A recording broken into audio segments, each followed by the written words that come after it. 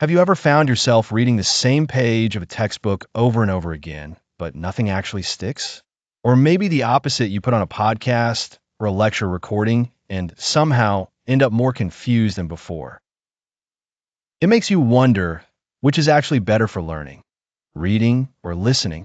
Well, in this video, I'm going to break down both methods, not just on the surface level, but in terms of learning styles, personality types, and the strategies that could help you get the most out of your study time.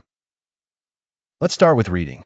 Since childhood, we've been conditioned to think of studying as simply opening a book, reading through the material, and memorizing facts. But reading goes way beyond scanning words on a page. It's literally a workout for your brain.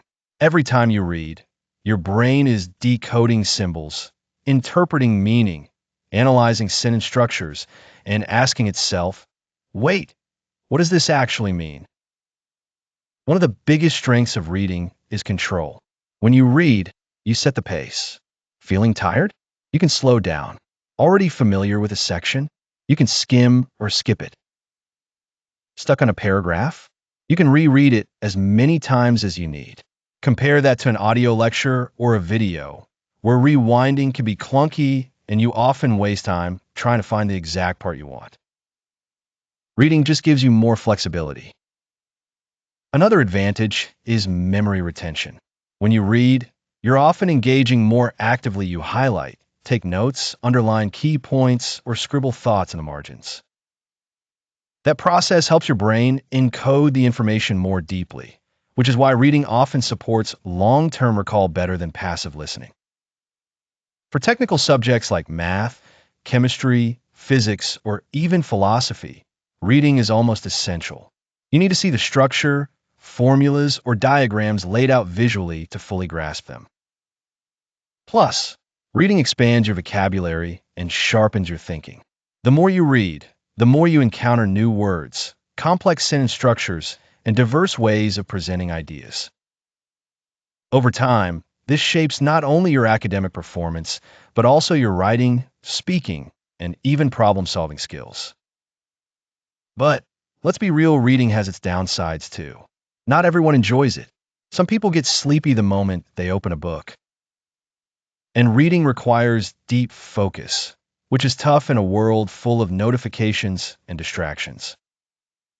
On top of that, long reading sessions, especially on screens, can strain your eyes and drain your energy. Another common trap is assuming that reading a lot automatically means you understand. But true learning isn't about how many pages you finish, it's about how well you can explain the content in your own words. Now, let's flip to the other side, learning through listening. Chances are you've learned by listening to a podcast, a recorded lecture, or a YouTube explanation.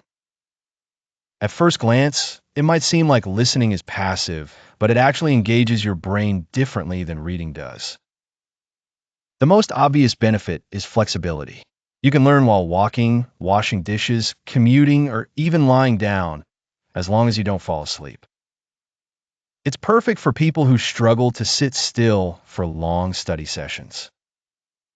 Another strength of listening is emotional connection.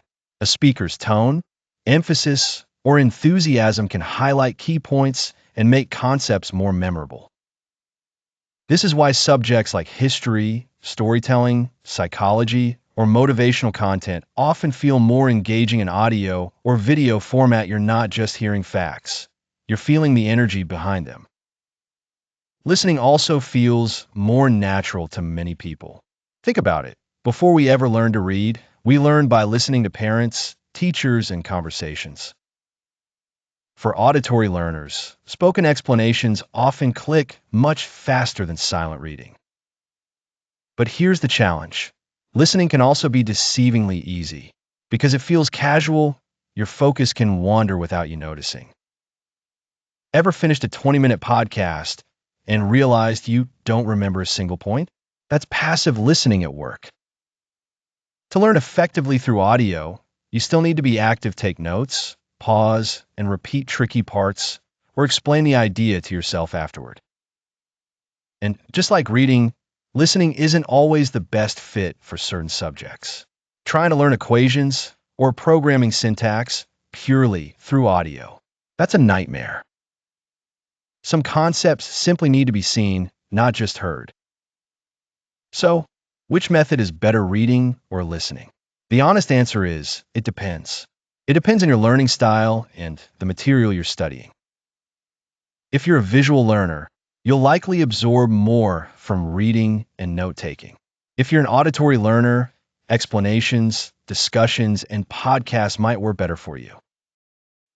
And of course, the type of subject matter's narrative-based topics often flow better through listening, while technical or structured ones lean toward reading. But here's the golden strategy: don't limit yourself to one. Use both. This is called dual coding, combining visual and auditory input to strengthen memory. For example, read a chapter first, then listen to a podcast that explains it, or watch a lecture, then dive into the textbook for details. Using both channels activates more areas of your brain and cements the knowledge more deeply. At the end of the day, it's not about being team reading or team listening. It's about knowing yourself, understanding the subject, and mixing the methods in a way that works best for you. And don't forget, consistency beats intensity. Studying for 30 minutes every day is often more effective than cramming for hours right before an exam. So, are you more of a reader or a listener? Drop your thoughts in the comments. I'd love to hear your experiences. If this video gave you a new perspective, share it with a friend who's struggling to study more effectively. And of course, hit that like button, subscribe for more brain-boosting tips, and if you want to support this channel, consider joining our membership. Until next time, keep upgrading your brain.